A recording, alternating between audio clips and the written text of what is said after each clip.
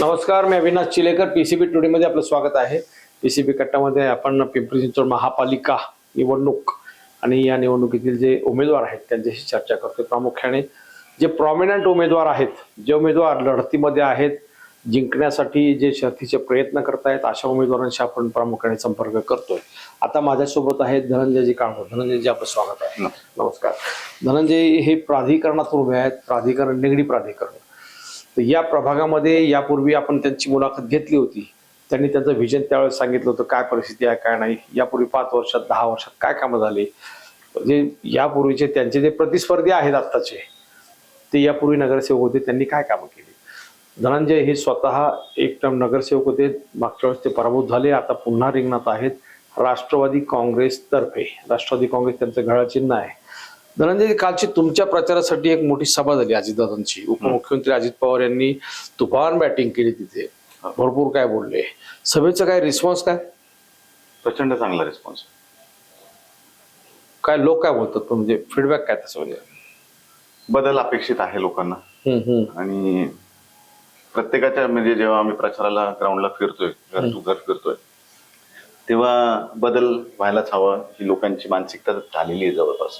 अच्छा, बदल हा केलाच पाहिजे. नव्या लोकांना संधी दिली पाहिजे. त्याच्या नवीन पद्धतीचा विकास आपल्याला दिसणार नाही. यासाठी सर्वच म्हणजे स्तरातनं आपल्याला तरुण वर्ग असेल, ज्येष्ठ नागरिक असतील, सर्वसामान्य महिलांच्या वर्गातनं जास्त प्रतिसाद मिळतो त्या. अच्छा, बरं. महिलांकडून जास्त प्रतिसाद. महिलांकडनं जास्त प्रतिसाद. त्यामुळे तो मागच्या वेळेस जी कामं केली नाहीत त्याच्यामुळे, करप्शनमुळे, नेमकं कशामुळे तुम्हाला हा रिस्पॉन्स मिळतोय, त्याचं कारण काय? अनेक गोष्टी आहेत त्याला कारणीभूत. लोकांनी म्हणजे 2-3 टर्म संधी दिल्यानंतर सुद्धा जेव्हा काहीच दिसत नाही आपल्या आजूबाजूला डेव्हलपमेंट, आणि त्यानंतर जे काय झालंय तो पूर्ण विकास जो दिसतोय प्रत्येक ठिकाणी गेल्यानंतर, आम्हाला उद्यानात जा तुम्ही, रस्ते बघा, फुटपाथ पहा, लोकांना प्रत्येकाला पावलं त्या गोष्टींचा अनुभव येतोय की आपण किती समस्यांना तोंड देतोय.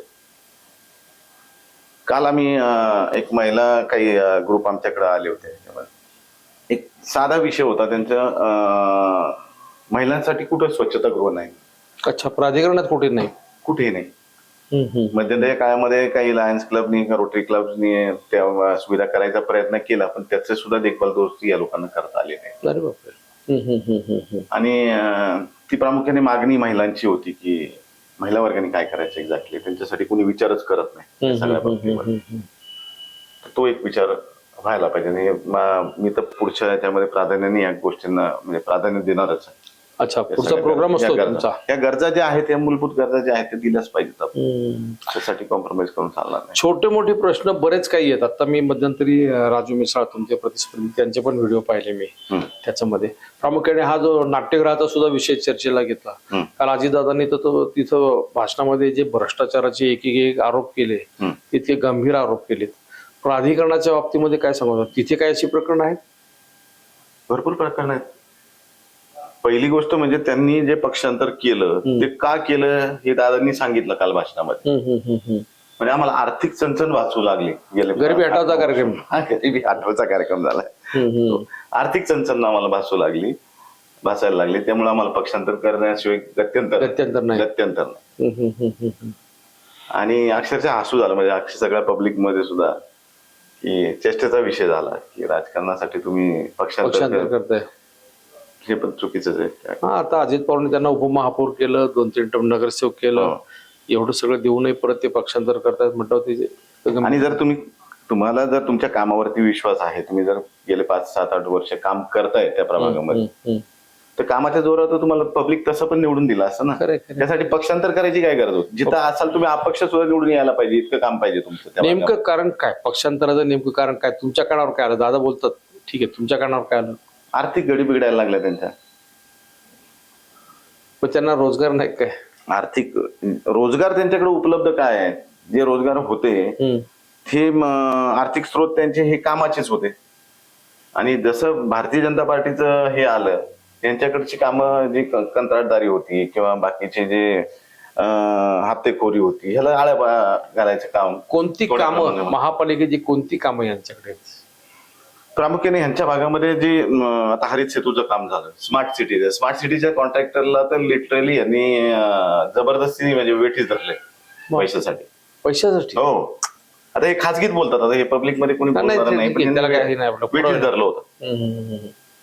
पण ह्याचा परिणाम काय होतो जेव्हा ही लोक या लोकांना भेटीच जातात, कॉन्ट्रॅक्टर लोकांना किंवा यांना, तर याचा शेवटी ह्या कामाच्या गुणवत्तेवरती 100% परिणाम होतो. बरोबर. कारण बिल्डर जो कोणी कॉन्ट्रॅक्टर असेल तो काही खिशात पैसे घालून काम करणार, तो पण स्वतःच्या फायद्यासाठीच काम करतो. मग शेवटी टेंडर भरून यांना जर हप्ता द्यायचा असेल तर त्या कामाला अर्थच खरंय. नाही, ही प्रकरणं बरीच चर्चेत आली, पण म्हटलं कालच्या सभेत अजितदादांनी 2-3 प्रकरणाचा फक्त उल्लेख केला. एक भोसरीच्या प्रकरणाचा उल्लेख केला, 70 लाखाचं नाट्यगृह, 7 कोटी हे आपलं ब्रिज, फुटओव्हर ब्रिज. हा, तुमच्याकडे ते 36 कोटीचा नाट्यगृह, गदिमा नाट्यगृह, हे 96 कोटीला कसं? बरोबर. याच्यावरती त्यांचं उत्तर असं येत आहे की ते नाट्यगृहाचं पहिलं टेंडर होतं 36 कोटीचं, नंतर एक 23 कोटीचं, नंतर वगैरे, त्याच्यामुळे ती किंमत 96 कोटी दिसते. नेमकी तुमची माहिती काय आहे? माझी माहिती अशी आहे की जे काय आकडेवारी 36 कोटीचं टेंडर निघालं हे 2011 साली निघालं. आज तुम्ही एखादा पैशाची गुंतवणूक नागरिकांच्या करताय ओव्हर अ पिरियड ऑफ 11 वर्ष, टप्प्याटप्प्याने करत आले तुम्ही. एक तर ते नाट्यगृह अवघे 2 वर्ष, 1.5 वर्ष, 2 वर्षाच्या कालावधीमध्ये पूर्ण व्हायला पाहिजे, वापरात यायला पाहिजे. त्याला 11 वर्ष गुंतवणूक एवढ्या वर्ष अडकली ना, तुम्ही हिशोब करत नाही का त्या गोष्टी? पण ते 3 कोटी उत्पन्न मिळालं म्हणतात 2 वर्षामध्ये. अहो, कुठले 3 कोटीचं उत्पन्न मिळालं? नाट्यगृह चालू होणं अवघे किती दिवस झाले त्याच्यामध्ये? आज 60-65 हजार रुपये त्याचं भाडं आहे त्या नाट्यगृहाचं, प्रयोगाचं. आणि त्याचा जर तुम्ही सर्वसाधारणपणे हिशोब जर केला तर ते 250 ते 200 दिवस नाट्यगृह चाललं पाहिजे, तर ते 3 कोटी वसूल होतील साधारण, असा हिशोब. म्हणजे हा फार मोठा घोळ आहे. खोटे आकडेवारी सांगतात. तुमच्या नागरिकांची दिशाभूल करायचा कार्यक्रम चाललाय, बाकी काही नाही. आणखी कोणकोणते फ्रॉड आहेत असे?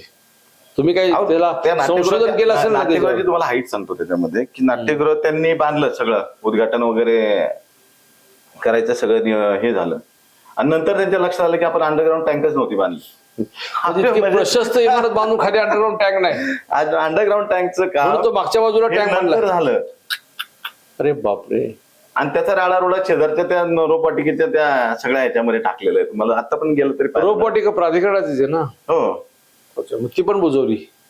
टाकायचं म्हणजे आता ते व्यवस्थित तरी व्हायला पाहिजे होतं काम ना. पण ती रोपवाटिका मोडीत काढली, थोडक्यामध्ये मोडीत काढले. तिथे तुम्हाला काहीच पाहायला मिळणार. तुम्ही जर माझ्याकडे मी फोटो दाखवतो तुम्हाला त्या भागातले. मग तशी महापालिकेची एक, प्राधिकरणाची एक रोपवाटिका, 2 रोपवाटिका तुमच्याकडे त्या भागात मोठे लोकमान्याच्या बाजूला पण. तुमच्याकडे आणखी ते पार्किंगचे विषय सुद्धा चर्चेत होते. आकुर्डी रेल्वे स्टेशनच्या समोरच्या बाजूला जे पार्किंग आहे तिथे अशी पण चर्चा आहे की काही हातगाडी, टपऱ्या, त्यांच्याकडून हप्ते वसूल केले जातात. हे म्हणजे खरं काय खोटं काय त्याच्याबद्दल? हे यांच्याच बगलबच्च्यांनी सुरू केलेला उद्योग आहे. याचं रोजचं मी तुम्हाला सांगतो. आता जी माहिती आम्हाला ग्राउंडवरती ज्यावेळेस आम्ही जातो ते खाजगीत हे लोक सांगतात. म्हणून विचारलं, तुम्ही एवढं मला कॅमेऱ्याच्या समोर येणार नाहीत, पण मी सांगतो तुम्हाला काय काय प्रत्येक टपरी मागे 300 रुपये डेली कलेक्शन. किती टपरी? आणि ते कलेक्शनची संख्या जर आकडेवारी जर तुम्ही मोजली, गुणिले जर केलं तर 10 ते 11 लाखाचं कलेक्शन. मग ते पोलिसांना हप्ता का? नाही, निम्मे यांनाच जातात या पुढाऱ्यांना, आणि बाकी निम्मे बगलबच्चे भाव वाटून खातात. हे सरळ सरळ गणित आहे याच्यामध्ये. यात काय लपवण्यासारखं काय नाही, हे माहिती आहे. किती महिन्याकडे किती गोळा होतात? आता तुम्ही मला वाटतं माझ्या माहितीप्रमाणे 11-12 लाख रुपये कलेक्शन सर्वसाधारण 12 लाख रुपये दरमहा उत्पन्न आहे. उत्पन्न आहे धारकांना संरक्षण देण्याचं, बाकी काही नाही. हा प्रोटेक्शन मनी झाला म्हणजे? प्रोटेक्शन मनीच आहे ना एक प्रकारे. आणि त्याला वसूल करायला पण लोक ठेवलेली आहेत. होय का? लोक ठेवलेली आहेत वसूल करायला. ती वसूल करणार, ती यांना निम्मा हिस्सा आणून द्या, निम्मा हिस्सा ते वाटून खातात. तुम्ही आवाज का उठवतो त्याच्यावर? 100% उठवणार मी. तुम्ही हे ठेवणार नाहीत हे टपऱ्या वगैरे, हे ज्या गोष्टी आहेत. कारण आम्ही जेव्हा ग्राउंडला फिरतो ना, तुम्हाला सांगतो, लोक अक्षरशः चिडून बोलतात. आम्ही प्राधिकरणात 30-40 वर्ष झालं राहतोय. असं प्राधिकरण नव्हतं, एवढं बकाल तर कधी नव्हतं.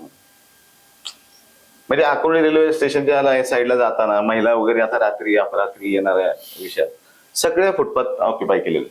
त्या आकुर्डी रेल्वे स्टेशनची समोरची जागा आहे, म्हणजे तुमच्या रस्त्याच्या पलीकडची जागा, ही प्राधिकरणाची आहे, महापालिकेची आहे की खाजगी आहे?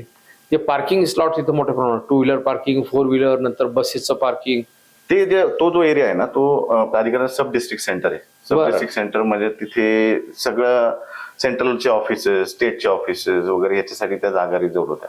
पीएमआरडीचं स्वतःचं ऑफिस आहे तिथे. हो, बरोबर. पीएमआरडीच्या ऑफिसला लागून पीएमएल साठी एक आरक्षण आहे बसेससाठी. बरं. त्याची जर अवस्था तुम्ही पाहिली, सगळी झाडं उगवलेली आहेत, सगळ्या बसेस रस्त्यावर उभ्या राहतात. आणि त्यांच्या हरित सेतूने काय केलं की अजूनही रस्ते फुटपाथ वाढून ठेवल्यामुळं त्या बस पण रस्त्यावरतीच उभ्या राहतात. मग हरित सेतू तुमच्या निवडणुकीमध्ये प्रचाराचा मुद्दा झाला का हो? नागरिक सगळे रस्त्यावर उतरले होते. प्रश्नच नाही, प्रत्येकाच्या दारातनं जात आहे ते. असं नाहीये की ते कुठल्या चौकात झाले हरित सेतू म्हणून कोणाला काही फरक पडत नाही. तो प्रत्येकाच्या दारातनं जायला लागला. आणि याचा परिणाम असा झाला की त्याचा त्रास प्रत्येक नागरिकाला व्हायला लागला.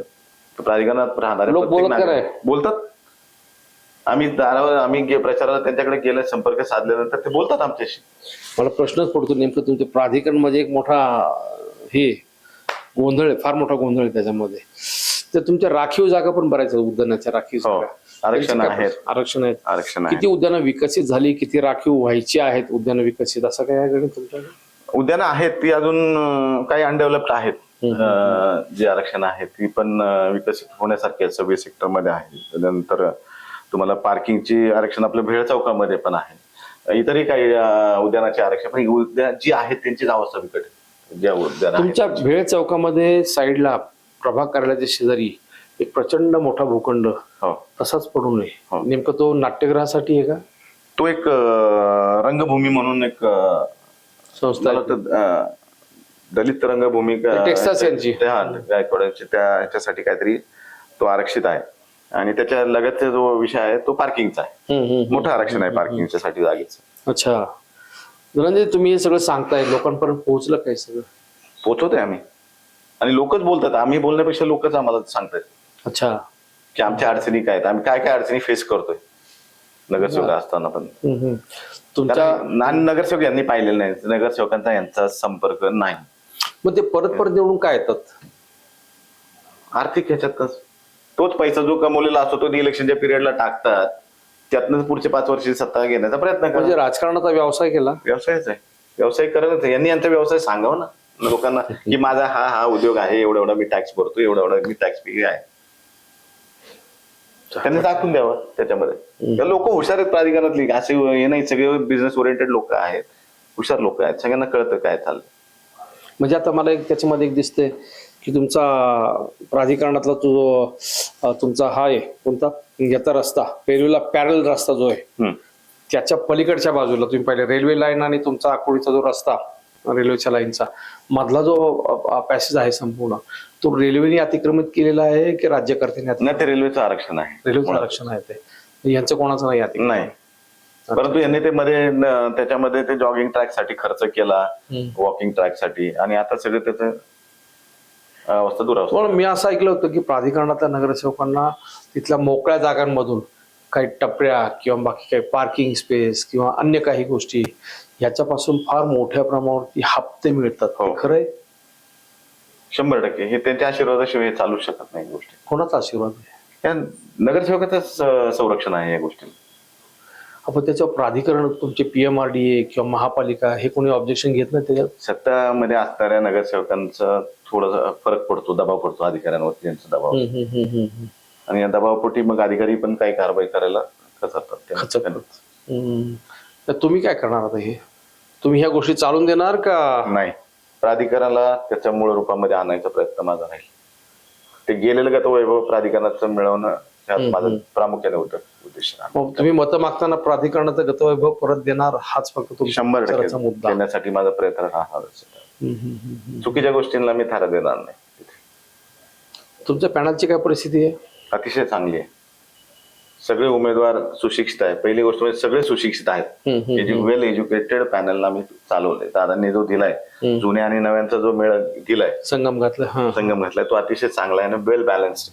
क्या बात. याच्यामध्ये छान.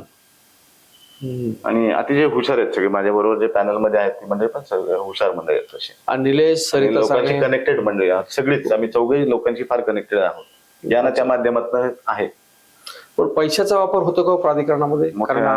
काही भागांमध्ये होतो, पण काही आता शहरातल्या काही प्रभागामध्ये सध्या मतांची खरेदी विक्री हा एक फार मोठा चर्चेचा विषय झालेला आहे. आता तो होणार असं दिसतंय या सगळ्या वातावरणावरनं. जसं आपल्या त्यांच्या विरोधात वातावरण जायला लागले त्यामुळे मोठ्या प्रमाणामध्ये पैशाची उधळपट्टी होईल असं वाटायला लागलं दिसतंय त्यांच्या. तुम्ही पुरे पडणार त्याला? तुम्ही पुरे पडणार का त्याला? नाही, नागरिकच पुरे पडतील त्यांच्या मतातनं. मला बाकी काय करायची गरज पडणार नाही फारशी, कारण जनमत आता कौल बदलेल. या नगरसेवकांनी खरं तर भाजपमध्ये प्रवेश केला खरं, पण त्यांना भारतीय जनता पक्षाचे कार्यकर्ते कितपत मान्यता देतील याचं काही सांगू शकत नाही, कारण यांनी या मागच्या कालावधीमध्ये त्यांना प्रचंड विरोध केलेले आहेत. एक साधं उदाहरण तुम्हाला सांगतो की निसर्ग दर्शन आमची एक सोसायटी आहे, शुभम पार्क निसर्ग दर्शन, त्यामध्ये एक मोकळी जागा होती आणि संघाच्या काही लोकांनी ठरवलं होतं की तिथं आपण बालशाखा सुरू करूया, म्हणजे मोकळी जागा आहे तर मुलांना बालशाखेसाठी हे होऊ शकेल तिथं. तर भाजपच्या नगरसेवकांनी तिथं JCB वगैरे पाठवले, जागा मोकळी करण्यासाठी वगैरे पाठवली. त्याच्यामध्ये या बाजाऱ्यांनी काय केलं असेल तिथे, तर त्यांनी त्या ठिकाणी पालिकेचे कर्मचारी पाठवून ते काम बंद पाडून टाकलं. ती शाखा काय तिथे होऊ दिली नाही. मोकळ्या जागेचा सदुपयोग होत असेल तर वाढलं कुठं? करून द्यायला पाहिजे, काय करून द्यायला पाहिजे होती ऍक्च्युली. आणि चांगले म्हणजे विचार तिथं रुजत होते त्यांच्या संघाच्या बालशाखेसाठी. त्यांनी ते कार्यक्रम चालवलेला होता, पण ह्यांनी तिथं विरोध केला ह्या लोकांना, तीव्र विरोध केला त्या गोष्टीला. आणि आज हे त्याच संघाच्या लोकांच्या भारतीय जनता पार्टीला मानणाऱ्या कार्यकर्त्यांच्या समोर मतं मागायला जाणार. त्यांना खरंच मतदान करतील का होईल आता? आणि यांना का मान्य करायचं, यांना का ऍक्सेप्ट करायचं? भाजपच्या कार्यकर्ते काल आलेत आणि यांना आज लगेच मान्यता द्यायची यांनी आणि डोक्यावर घेऊन बसवायचं का? बसवायचं यांनी? नाही, लोक विचारी असतात, भाजपचा विचारवंत लोक आहेत आणि प्रत्येक गोष्टीची जाण त्यांना आहे की पुढे काय घडेल. यांना डोक्यावर घेतल्यानंतर काय परिस्थिती होऊ शकते, त्याच्यामध्ये पक्षाचं भवितव्य सुद्धा अडचणीत आणायची किंवा पक्षालाही गालबोट लागेल अशी परिस्थिती निर्माण करू शकतात भविष्यामध्ये, असे चर्चा आहे खासगीमध्ये लोकांची. त्यापेक्षा यांना थांबवलेलं बरं. प्राधिकरणामध्ये परिवर्तन अटळ आहे. धनंजयजी, ओव्हरऑल संपूर्ण पाहिलं आपण तर पिंपरी चिंचवड नवनगरी विकास प्राधिकरण या प्रभागामधून धनंजयजी काळभोर आणि त्यांचं पॅनल हे पूर्ण तयारीनिशी ते उतरलेलं आहे. त्यांनी आता सांगितलं की नंतर छोटे छोटे मुद्दे कोणते कोणते, प्रचारात कोणते मुद्दे आले, अजित पवारांच्या सभेचा नेमका फायदा काय झाला वगैरे वगैरे. राहिलेत फक्त 5 दिवस. 5 दिवसामध्ये धनंजयजी तुम्हाला हे पूर्ण वातावरण पुन्हा एकदा ढवळून काढायचं असेल आणि त्याच्यानंतर आपण समजूया की कदाचित या निवडणुकीमध्ये तुमच्या दृष्टीने तो सकारात्मक लोक मत देतील अशी काय अपेक्षा आहे. तुम्हाला खूप खूप शुभेच्छा. धन्यवाद.